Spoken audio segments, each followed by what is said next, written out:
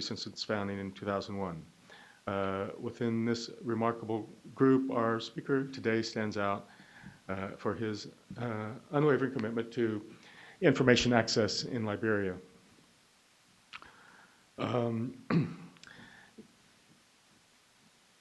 In 2010, Liberia passed a Freedom of Information law that was the culmination of 7 years of concerted efforts by Liberia media, civil society groups, and the international community to make the government more transparent.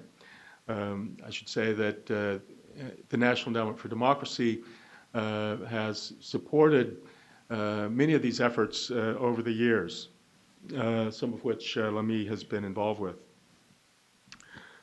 Today, Liberia's continued lack of transparency poses a significant threat to its fledgling democracy. Lamii will evaluate Liberia's Freedom of Information law, outline challenges to its implementation, and identify obstacles to access to information in Liberia, drawing on his experience as a civil society activist, journalist, and lawyer. He'll offer recommendations for domestic actors, including the Liberian government and civil society, as well as the international community, for putting the country on a solid path towards democracy and transparency. Lamii Kpargoi is officer in charge of the Liberia Media Center, where he's worked to foster transparency and bolster media capacity. He founded the Justice Initiative in 2015 in response to Liberia's chronic criminal justice administration problems, and also helped to launch Volunteers for Change, an initiative geared towards transforming Liberian political culture. He's authored a number of publications, including Opinion and Attitude Study on Access to Information, Media Consumption and Communication Environment in Liberia, and IREX's Liberia Media Sustainability Index. Our discussant, Jemima Barlow, is NDI's Washington-based Director for Anglophone West African Programs, as I've said. Since 2001, she's worked on NDI's programs in West and Southern Africa, including Angola, Ghana, Guinea-Bissau, Liberia, Mozambique, Nigeria, Sierra Leone, and Zimbabwe. She told me she was just in Liberia in November, after 5 years hiatus working on Nigeria mainly, I guess. But I was just looking, I told her at NDI's newsletter this morning, and it was all about the work in Liberia, and there's a lot of good things going on there. She has also worked at the African American Institute, managing the State Department's International Visitors Program. I should say that we had an international visitor program person here this morning talking about Burundi. So that's another story. And we had a librarian here yesterday who was also talking about the same problem of transparency that Lamii will be talking about. So a lot of African stuff going on the last couple days. But she's also designed and led cultural exchange missions to South Africa for Iraqi women leaders, and a delegation for U.S. Fulbright teachers. She received her master's from Ohio State's Department of African and African American Studies, and a BA from the Lincoln University. I will now turn the floor over to Lamii, who will speak for approximately 25 minutes, and Jemima will speak for about 8 or 10 minutes. For those of you on Twitter, you can follow this presentation and contribute to the conversation by using the hashtag NEDEvents, or by following the forum @ThinkDemocracy and the endowment at Ned Democracy. If you've not already done so, please take a moment to silence your cell phones. And finally, let me take this opportunity to thank the many staff people that were involved in this event, especially Emily Milstein, who unfortunately is out today because she has strep throat. But a lot of the success for this event, I think, will owe to her. So without any further ado, Lamii.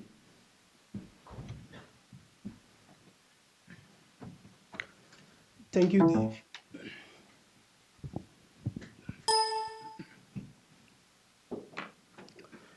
Let me firstly thank the National Endowment for Democracy for affording me this opportunity to participate in the Reagan-fascell Fellowship.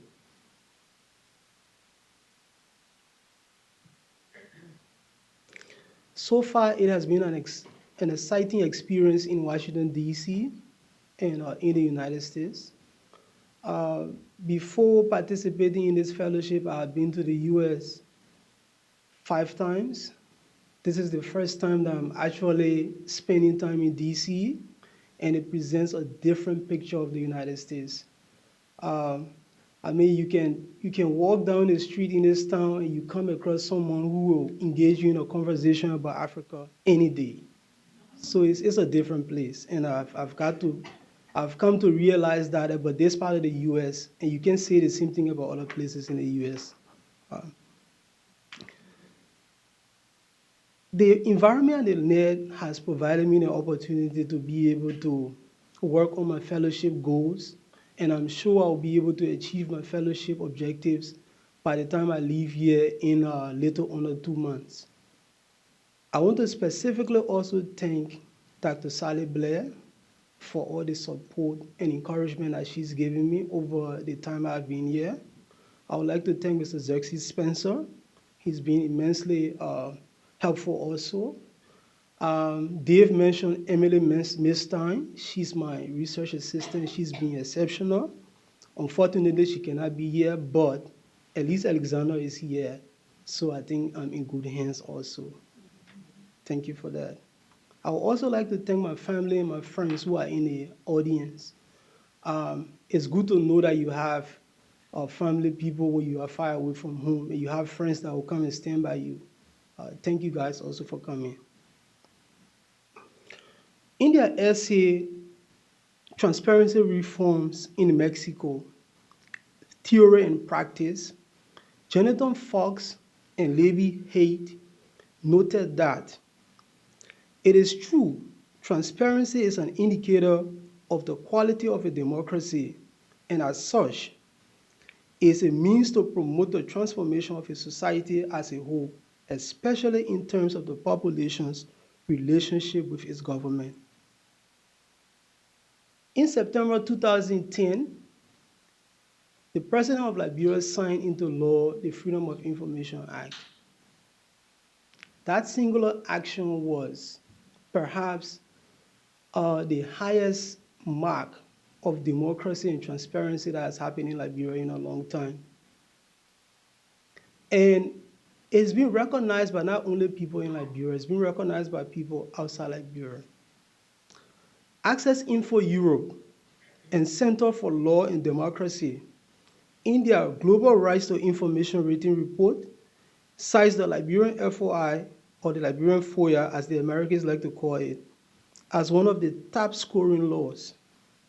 The report scores Liberia among the top 5 best legal frameworks for access to information in the whole world. The report rates 102 countries with respect to the letter of their FOIA laws and not the implementation. And I want to stress that point. What is written on paper is what they read. They didn't read how it is actually being implemented. Liberia was founded in 1822 by an organization called the American Colonization Society. My conclusion is that the ACS did not intend to form a country. The ACS basically intended to remove Black people voluntarily to the African continent But at the end of the day, a country resulted. And I mean, we all know from history that the unplanned nature of the creation of that country probably has contributed to the problems that it's had because there was no basis to start from. It wasn't planned. The people who started it did not intend to have a country. A country just came out as a result of people going there and declaring independence. Liberia has traditionally been a closed society where people are expected to respect authority and not question anything the people in authority do. The culture of secrecy, unfortunately, has its roots in both the repatriated Americans who introduced Freemasonry and the traditional secret societies of the indigenous populations. The Masons ran Liberia's government in a form of alliance with the traditional societies, mainly with the poorer, which is the male secret society, and then sometimes with the Sunday, which is the female secret society. Currently in Liberia, there is a chief or a traditional chief who is very closely allied to the government. And he's fond of saying something. He always says that government activities are not done during the daytime. To him, government should be run in a shadowy, opaque manner. The belief that one should not challenge government is entrenched in Liberia. Liberia has had two constitutions. Since independence, the country has had two constitutions. The first constitution was written by a Harvard law professor called Simon Greenleaf, and it came into force on July 26, 1847. That constitution was basically a carbon copy of the US Constitution. So if you read that constitution, you will see the gun rights issue that people always raise here is written directly in the Liberian Constitution. The right to bear arms is there.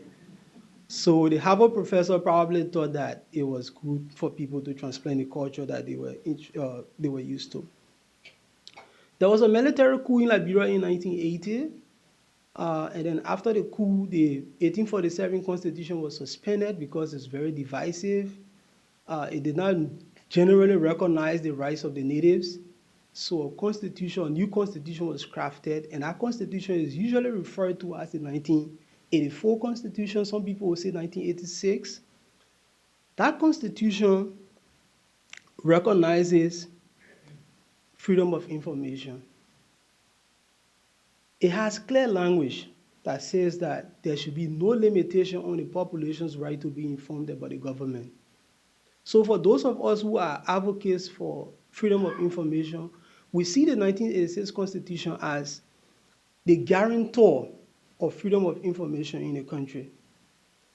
That Constitution also recognizes that every person has a right to freedom of expression, and it goes on to say that the freedom of expression should not be restricted, curtailed, or enjoined by the government except in a state of emergency that has been declared by the standards laid down in the Constitution. It also goes on to provide that the right of freedom of expression encompasses the right to hold opinions without interference and the right to knowledge. Those are key powerful languages that are contained in the Liberian Constitution.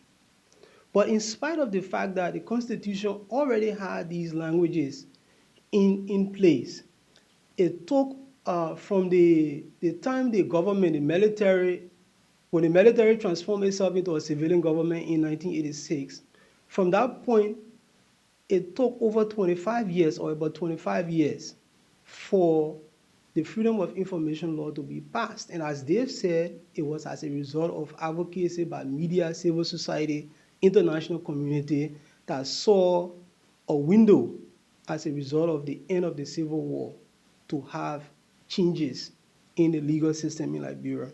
But it took 25 years for the law to pass.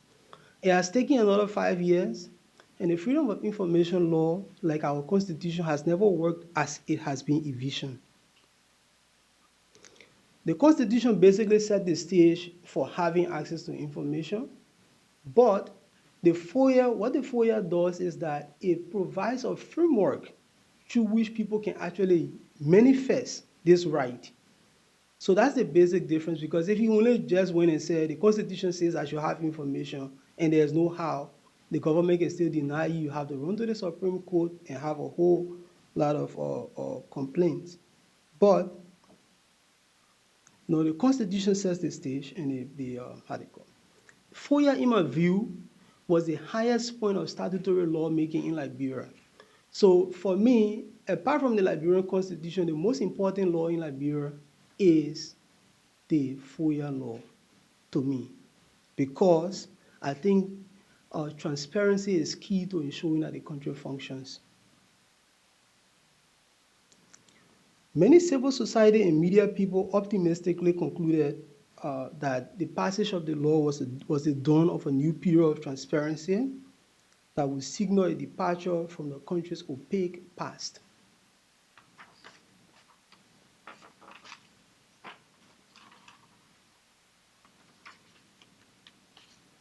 FOIA has 8 chapters.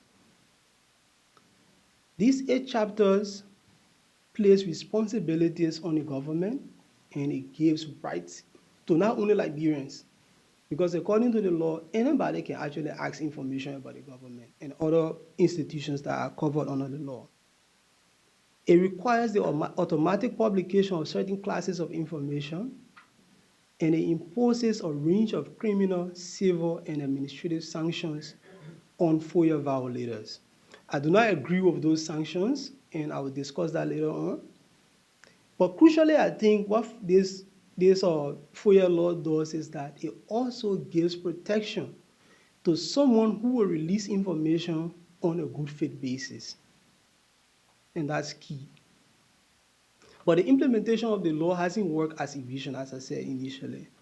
And there have been several drawbacks that we have noticed over time. The first one was the failure to put in place the oversight structure, which is the Independent Information Commission. After the law was passed, it took nearly a year before the commission got off the ground.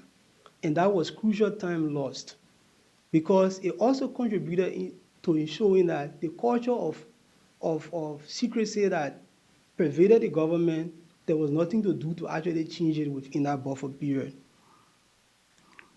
Everyone in the country, and maybe for me also, I probably, maybe I should be one of the people who should be guilty of this. Everyone perhaps expected that the passage of the law was a magic wand in itself. As Jonathan Fox and Lamii Kpargoi eloquently put it, by itself, transparency cannot substitute for weaknesses in the rule of law or representative democracy. That was our error. We did not look at the fact that we have these long-standing problems, so just passing a law is not just all to it, but we thought that was the case. A second point of drawback was the issuance of Executive Order number 38. The underlying reason for issuing the executive order was excellent. The president, in a quest for transparency, had issued this executive order asking all executive branch officials to declare their assets to the Liberia Anti-Corruption Commission. That was excellent. But then she included language in the executive order that we thought was contrary to the FOIA on information management. When it comes to information management, the law that controls is the FOIA. When it comes to other things, that's a different issue. You can include FOIA laws in other statutes that are meant for transparency. Liberia is a peculiar place. I will tell you, Liberia is a very peculiar place. Most Liberian officials, when given an opportunity of defending the constitution or laws of the country against the wishes of the president, would prefer violating the laws and pleasing the president, even if the president was obviously in error. And this was exactly what happened with the order number 38. A net grantee, an organization called the Center for Media Studies and Peace Building, filed an information request to access those asset declarations to the Liberia Anti-Corruption Commission. Initially, the LACC, which is the Liberia Anti-Corruption Commission, agreed to make the information available. The commission chairman wrote the executive director of the Center for Media Studies and indicated that it will cost X amount of money to access these documents. And he said, okay, yes, we'll come and get the documents. And then she sent a second letter and said, no, we cannot release the document because the executive order says these documents are confidential. So working along with the Center for Media Studies, I happen to have worked with them on that issue. We filed a complaint to the Independent Information Commission, basically premising that the executive order cannot supersede the statute. And the LSCC people, the Liberia Anti-Corruption Commission people, should have known, because the people who run the LSCC, one of them was even a former Chief Justice of Liberia. So she should have known that in a hierarchy of laws, an executive order actually isn't even a law. An executive order cannot supersede your statute, but she relied on the executive order to refuse to provide the information. The Independent Information Commissioner held a hearing. We argued the issue, and he made a ruling. The ruling was in our favor. And he said basically that the controlling legislation on access to information issues in the country was the FOIA law and wasn't any other law. And he ordered that the LACC, or the Liberia Anti-Corruption Commission, should make the asset declarations public. As I speak, those documents have not been made public 3 years later, because the LACC decided to file an appeal to the Civil Law Code for Montserrado County. Unfortunately, the FOIA law, they used the FOIA law. The FOIA law gives them, not necessarily gave them, it provides the right to judicial review. But the letter of that portion of the law is not clear on whether agencies that are requested, that are the subject of information requests, have the right to appeal the Independent Information Commissioner's decision. That section of the law is not clear on that. So 3 years down the line, the case is still pending and it hasn't gone anywhere. That is unacceptable.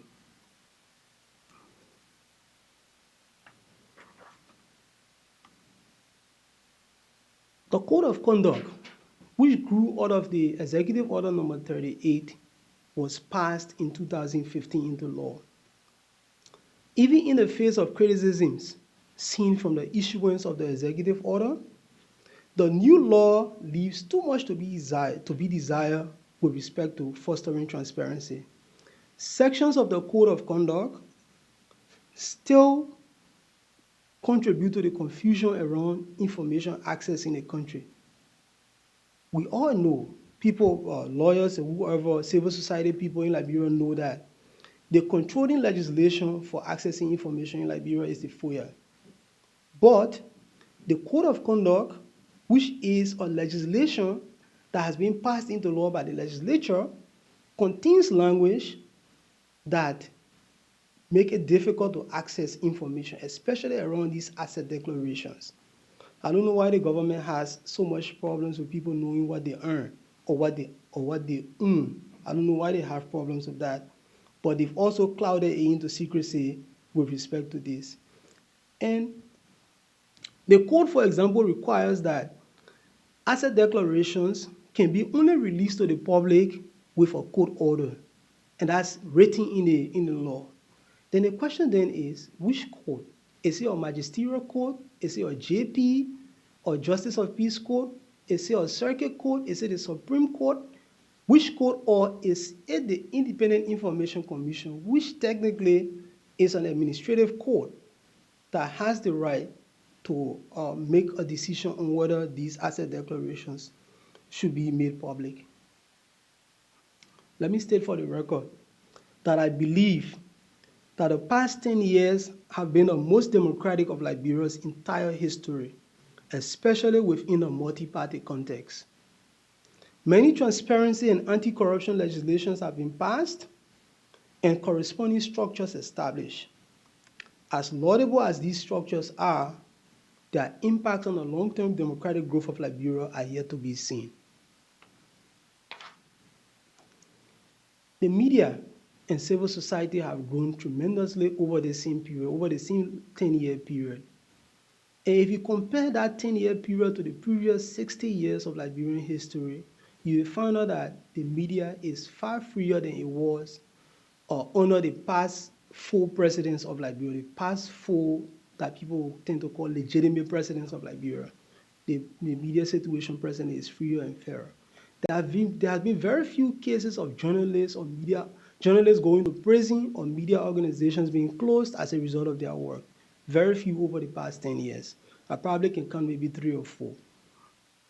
The space for operation of the Liberian media and civil society groups have largely been kept clear of state-sponsored repression. The transparency structure which these institutions are work for still leaves too much to be desired though. Clearly, the structures for a working democracy exist in Liberia. There are laws that have been enacted over the years and institutions created towards a functioning democratic system. The problem has been with transforming a governing culture from one of secrecy to one of openness. Ebola struck Liberia in early 2014. There were two initial waves. The first wave came across the border. In fact, all of them came across the border. The first one from Guinea and the second one from Sierra Leone. The first incursion of Ebola, if I may use the word incursion, was brought over by people who had gone to Guinea to attend funerals, and they came back to the country and brought the virus with them. Initially, the government did not provide information readily to the public about the disease. And the basic reason why I think they were not open with providing information about the virus was because of the culture we have, the culture to keep things away from the population. It's better that they do not know than they know, because probably they do not want to cause chaos or so. A clear indication of this culture of secrecy is documented in a statement President Sirleaf made in early April 2014. She had traveled to Brussels. Actually, she had done a round of European countries. And traveling journalists with her asked her a question because a lot of people back home were criticizing her for leaving the country in a time of crisis. And she said, no, when I left, Ebola had just started. I had meetings with the Minister of Health and others. We talked about where it was. Of course, these were just isolated cases on the border. At the time, I wanted to make a statement. I was advised by the minister, no. If the president makes a statement, you escalate it. And people begin to think it is of greater importance, it is of greater concern than it is. Ebola? Ebola is always of greater concern. What happened afterwards in Liberia is well documented. Over 4,000 people died, and most of us lived in fear. I lived in Liberia for the entire period of the Civil War. There was fear during that time, especially when fighting was ongoing in the neighborhoods. One would live in fear of being killed by a straight bullet, a wayward missile, but we all knew to avoid these situations by moving away from the battle zones. It was different with Ebola. The battle zones were undefined, and the stray bullets or wayward missiles could be a friend, a family member, a healthcare worker, or a stranger carrying a virus. All this because the people in authority thought that being transparent with information was bad for the public good. While with hindsight, the president and her officials were wrong, it is clear that their decisions basically chimed with the general mindset of Liberian officialdom to make as little information as possible available to the public on the running of the government. Access to information is crucial to ensure that Liberia's fledgling democracy works. But for some reasons, the public has very little access to information when it comes to elected officials or political parties. Although the Constitution requires that every political party should file their financial declarations with the Elections Commission once every year in September. Every political party should do that. It is also required that anybody contesting for a position in the government should file their assets with the Elections Commission within 30 days of the election in which they intend to stand. But since 2005, this has not happened at all. 2005, the asset declarations of all the candidates were on the Elections Commission's website, so everybody could go to the website, download it, and discuss it. Today, when they declare, it is secret. How can the public make clear decisions and informed decisions about people who want to be their leaders if they do not have access to information that they are making available? And also there's another reason why the electoral asset declarations are also necessary to be made available to the public. And that reason is that Liberia is a society that has an endemic level of corruption. If the assets that were declared or that are declared by people seeking elected office are made public, I mean, the question may come out that they may honor declare, but the likelihood of doing that is small because you know that other people who may know your actual worth may see it and they may raise issues. So, while ready access to asset declarations of public officials in itself will not stop corruption in Liberian bureaucracy, it will help to discourage unexplained wealth accumulation among officials.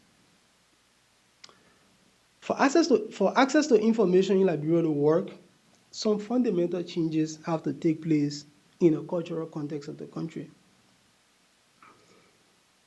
One of the first things that has to happen is that there has to be a record management culture. And that record management culture has to start with a records management legislation. And I think that this legislation should require, under penalty of punishment, that every government agency retains certain information it generates, or probably all information it generates. The oversight function of the Independent Information Commission is another issue that I think has to be addressed.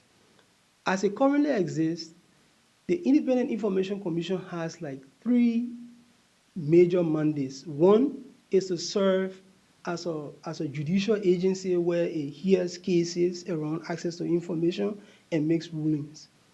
The second function is that it has to monitor the rest of the government and probably itself to ensure that they are actually meeting their obligations under FOIA. Then the third thing that the law provides that the Independent Information Commission does is that it looks at incoming legislations and previous legislations and makes recommendations around issues in those laws that relate to its work.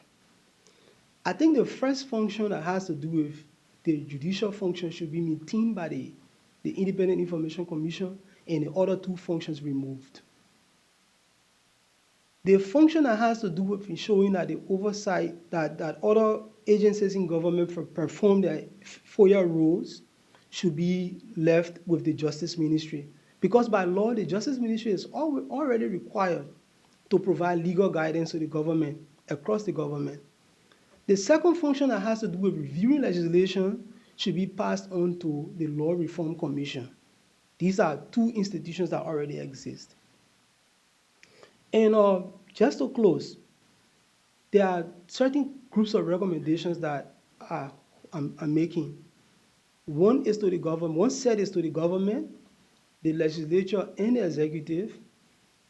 And also the judiciary, because we see that with the asset declaration case, we see that the judiciary has to now decide to play a leadership role to create a mechanism that will ensure that these cases are fast-tracked when they reach to the judiciary. Because most times the appeals that are filed, like the case of the Liberia Anti-Corruption Commission, is frivolous. The Independent Information Commission says provide the information. They say no because the executive order say we shouldn't provide it. I mean, no No court should even entertain such an appeal because an executive order cannot stand in the face of a statute. So the judiciary has to do that. Information officers, as required under the current FOIA, are not cabinet level employees. So as a result, the government agencies in which they operate in, they are normally fearful of doing their work. So I think the legislature has to now amend the law to make these officials cabinet level employees or cabinet level officials, that the ministers in the different agencies will not have the right to fire them. The sanctions provisions in Chapter 7 has to be removed. I think it's counterproductive. And there are other laws that also control those things, like the Chapter 7 calls for people to be fired. If the person is a cabinet level official, the person can only be fired by the president. If the person is a civil servant, the civil service law governs that. So it was wrong for the access to information law to also have that provision that calls about all those sanctions. Section 6.5 that the Liberia Anti-Corruption Commission relied on to refuse to provide access to the asset declarations should be clearly changed, to clearly say that the government agencies do not have the right to appeal the Independent Information Commissioner's decisions. The legislature has to also allocate more money to fund the implementation of FOIA. Government institutions in Liberia complain that they do not have the necessary budgetary allocation to implement the law.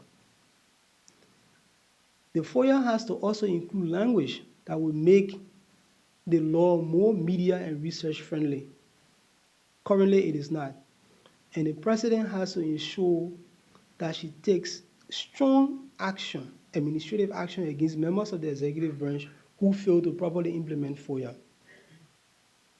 The media and civil society in Liberia, especially the media, should devote more resources to investigative journalism using FOIA. The media should buttress civil society's advocacy around access to information and other transparency issues. The two institutions can work together to help to improve the implementation of FOIA by filing cases when they are necessary. And they also have to strengthen the advocacies around ensuring that the government complies with transparency laws and standards that it has set for itself. Finally, the international community should provide technical and financial support to the Independent Information Commission. It should also provide increased technical and financial support to media and civil society groups working on government transparency.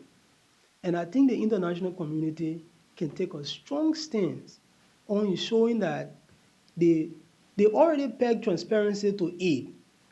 But what happens presently is that transparency is pegged to aid, but the governments are only required to set up the structures and they have to do nothing to ensure that those structures work. It has to go beyond just making them to set up the structure to take up bags to get to the point where you require that they make it to work. And just on the light side, Your fellowship. Lamii is an excellent example of a committed citizen set on improving, including the cultural and historical government transparency to quell rumors. With the backdrop of key Liberia elections taking place in 2017, a number of other challenges lie ahead. Lamii has carefully laid out recommendations to the Liberian government and to the international community to help fulfill the hopes and expectations of citizens regarding FOIA. From my understanding, benefits of a FOIA law, and it is important to identify the sources of those weaknesses. For example, if there are loopholes in the FOIA legislation, then the fix requires the legislature to enact amendments to improve upon what currently exists. However, if there aren't any loopholes in the law and implementation is slow due to reluctance on the part of executive branch agencies, then enforcement is the issue, and that would call into play greater legislative oversight of the executive to ensure that adequate enforcement occurs. Sorry, I have a cough. Another scenario could be that no loopholes exist, the executive is appropriately implementing the FOIA, but citizens are not aware of their rights or how to access FOIA. If that is the issue, then a different approach is required. With these in mind, I think that Lamii has placed great emphasis on the loophole pillar in his presentation, and it may be helpful during the Q&A to revisit all these weaknesses and fixes in subsequent discussion. I also wanted to raise a few other points.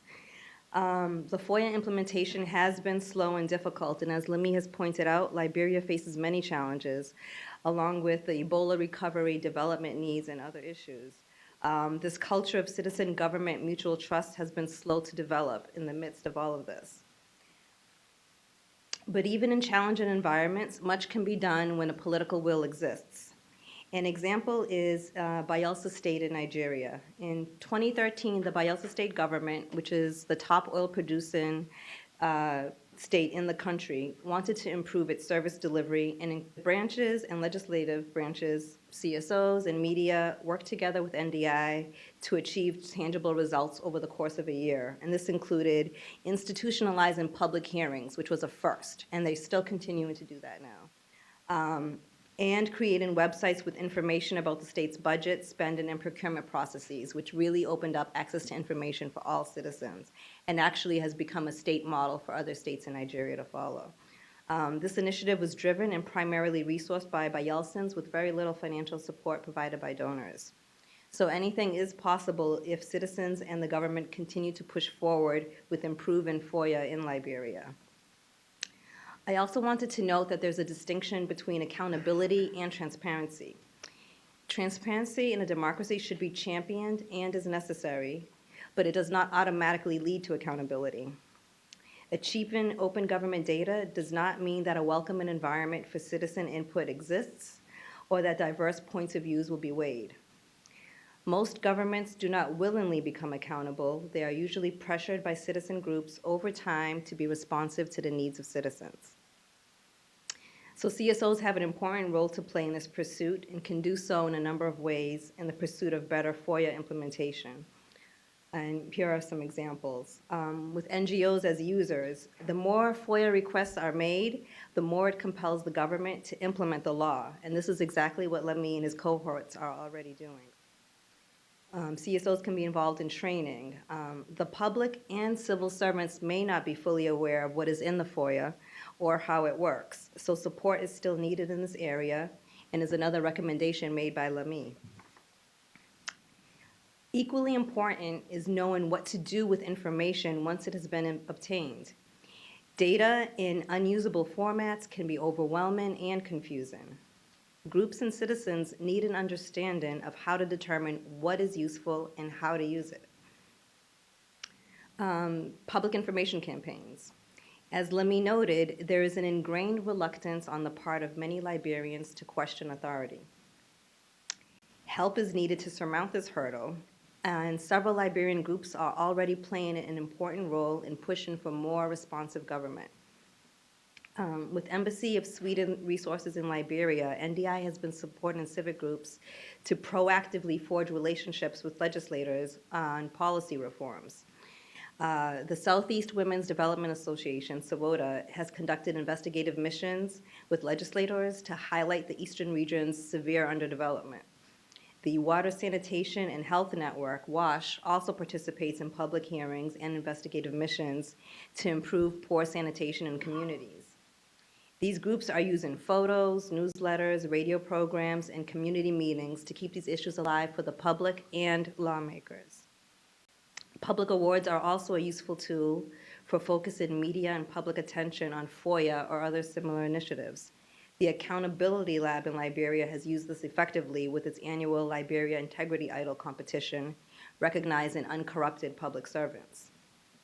CSOs can be involved in testing and audits. They can conduct surveys or run requests to assess FOIA compliance. This information could then be used by the Independent Information Commission to identify training and implementation needs. And this doesn't need to be done in a name and shame manner. It can be done to make decisions on improving FOIA as it stands. With the upcoming elections in 2017, citizens can also promote accountability by putting policy issues on the political agenda. This would help set expectations on accountability and transparency during the campaign period.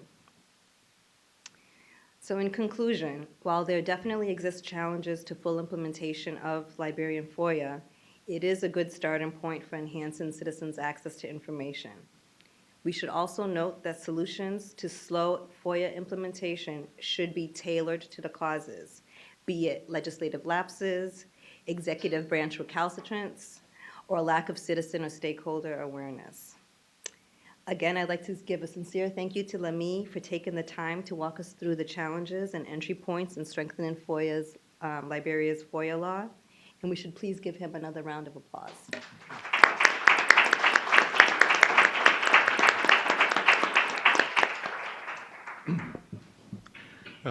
Thank you for that, Jemima. A lot of practical ideas based on years of experience on implementing FOIA.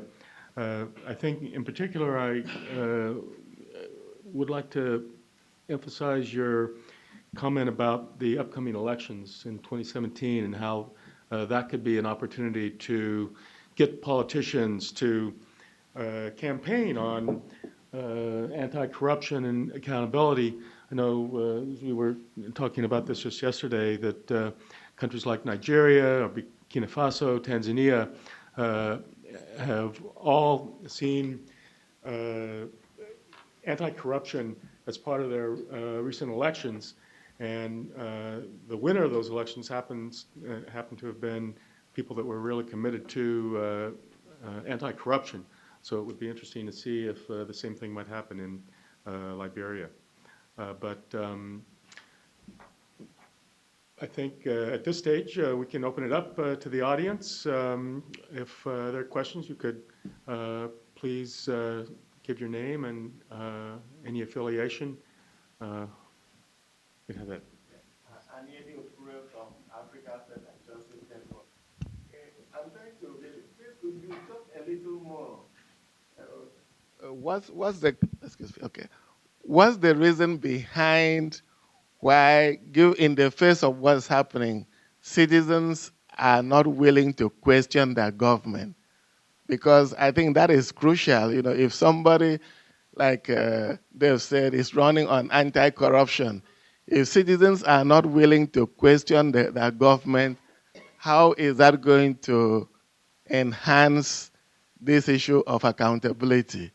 As you rightly said, accountability, governments can get away with it, but citizens have to demand it.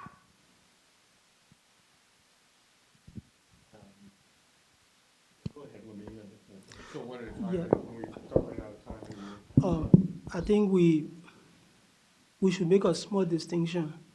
What I said was that there's a culture that favors secrecy. And because of that culture that has its roots both in the immigrant community, the people who left the US and went back, and the culture of secrecy amongst the traditional secret societies, that culture is there. And people in leadership expect not to be challenged. That doesn't mean, the fact that we ask them for information, it means that, and I'm a Liberian, it means that there are people in the country who are prepared to ignore those cultures and go after transparency. So it's not that there's no desire to demand. No, the desire is there. But there is a culture that we are also fighting against. The culture that has to do with leadership that doesn't want to be transparent. And if you look at the current president, for example, she has a history that spans about 50 years in Liberian politics, if you take the last 10 years into consideration. And one reason why Liberians really stood with her is because she was on record consistently, and that comes to the electoral issue, for example, she was on record consistently as pushing for transparency in government. But the problem now is that after she took over, the situation, then that culture of resistance to wanting to be open crept in. And that has been one of the reasons why we've had these issues. Anybody who has read President Salif's book, This Child Will Be Great, if you've read that book, there's a passage, I think it's on page 76 or something, I'm not too sure the page, but she was criticizing the troubled regime in which she was Minister of Finance. She was criticizing this regime as that the president wanted to change, but the situation he had was resistant. The people he had to work with, the party he was from, was resistant to change. I don't know what is the same reason why she's like made 2 steps forward and 3 backward. I don't know what is the same reason why. But there is a clear dichotomy between the leadership situation and what they expect citizens to do. See, I see hand back, the man with the mustache. Thank you. I'm Leon Weintraub, retired from the U.S. Foreign Service and also a former Peace Corps volunteer in Liberia. I'd like to make a comment or two, but first I'd like to ask for a point of clarification. When you spoke about information accountability officers at a cabinet level, I was unclear if that was separate ones for each government agency or one for all the government that would be equal to a cabinet minister. No, the law requires that each government agency has an information officer, and that information officer I'm proposing should be a cabinet level person. Okay, with that in mind, I think that's I'm not sure how well that would function. I think you have a president who appoints a political ally or friend or supporter to be a minister of government, to have a second cabinet level person in that same agency. I think that bumps that function of public information up a bit too high than to where it ought to be. There are other functions that might take care of that, what you're looking to solve, I think. For example, each government agency, I don't know how it works in Liberia, should have an inspector general. The inspector general usually reports, both is independent, is confirmed by the legislature, usually reports both to the head of that agency as well as to the president if he or she thinks it's necessary. So you should have one person at that level. And second, you should have, as we do in the United States, for example, something like a government accountability office, which is kind of akin to an external auditor.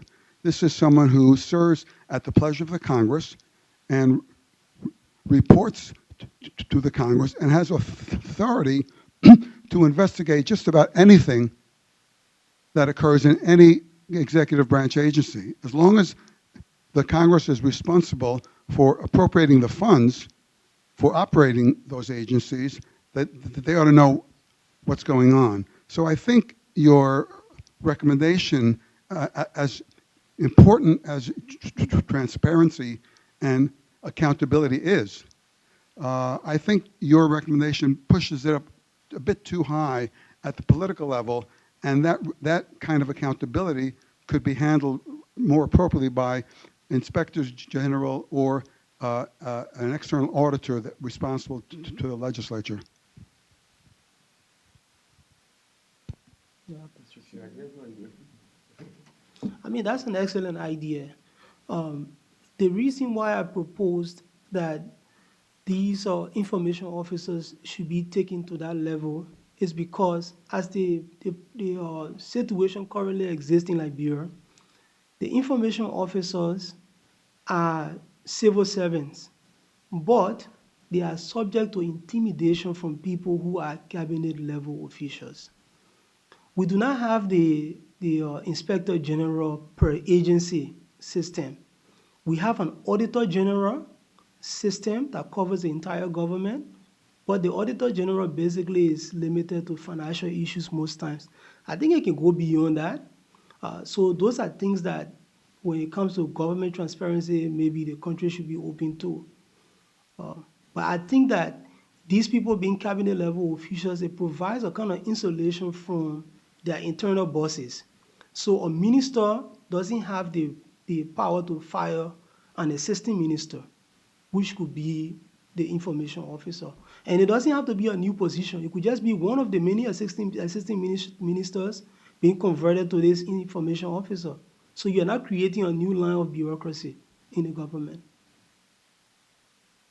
Right here. I'm Tilak Pathak, reagan-fascell Democracy Fellow. I'm from Nepal. First of all, thank you for wonderful presentation to Lamii. And my question, actually the democracy demands the transparency in decision-making process, and that is only possible through the effective right to information provisions and effective implementations. For such effective implementations, what kind of the public perceptions or the civil society or the media perception towards the right to information act in Liberia? That is my question. Thank you. Sure. So I'll take a couple questions. Maybe. Any survey to measure the public understanding level of media and Lucy here, maybe. Thank you. My name is Lily. I'm also a fellow here from Ethiopia.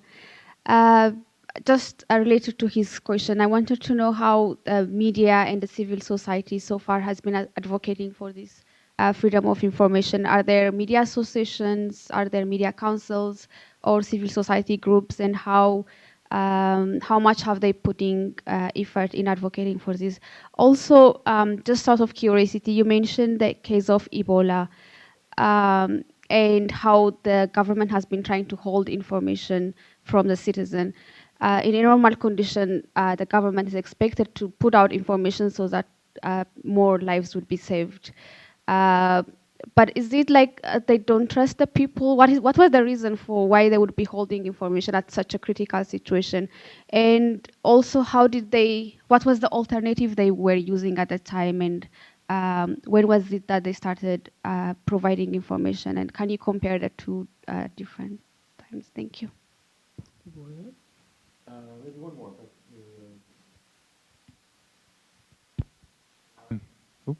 Yep. Blair Glencourse from the Accountability Lab. Thanks, Lamii, for a great talk. There are a couple of good organizations in Liberia using technology to try and improve access to information.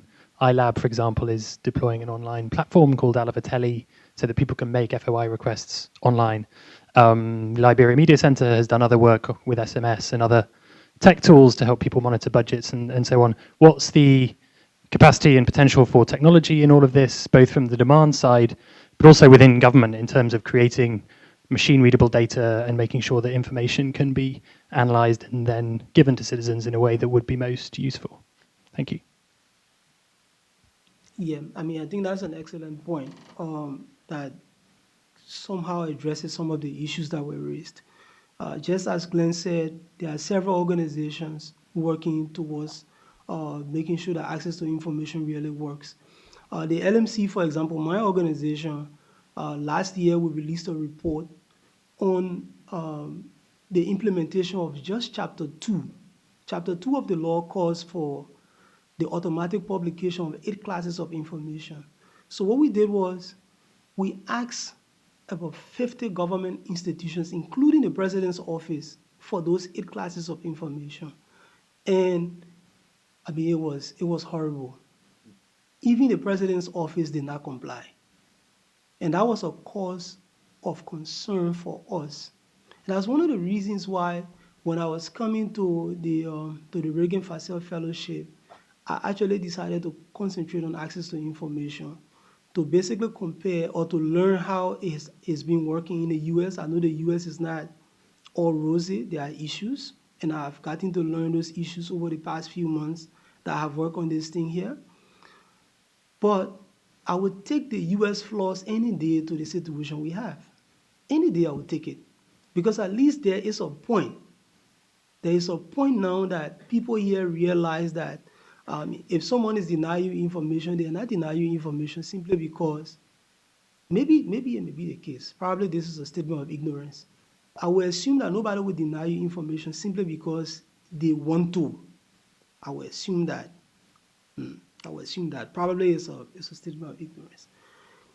But our survey found the president, the vice president, the speaker of the house, the president pro tempore, who isn't the current president pro tempore because the previous guy got defeated in the elections. So they all did not provide those automatic declarations that the law requires them to make. And it was really concerning most to me. The president's office failure to respond was of most concern to me. And the reason why is that the executive branch of government normally gets more requests for information than any other branch of government. If you go to the legislature, basically what people want to know from the legislature will be those secret sections or those executive sessions. What they say in those meetings that are close to the public will be what people want to get hands on. For the judiciary, almost everything the judiciary does is already in the public domain. To file a case in court, there has to be at least two parties. So whatever you file, the other party has to have. So regardless of whether you like it or not, people will have it. But the executive is different. They generate far more information that is not generally available all over than the legislature or the judiciary will have. And that's the reason why we were really concerned when President Sirleaf's office did not respond. And even after we released our report, there was no action taken or explanation for why they did not respond to our information request. On the Ebola issue, when the Ebola disease started in Guinea, started in 2013, most people do not really look back to the initial date. Most people tend to look at the date that Medecins Sans Frontières announced, I think in February 2014, that the mystery disease that was killing people in Guinea was Ebola.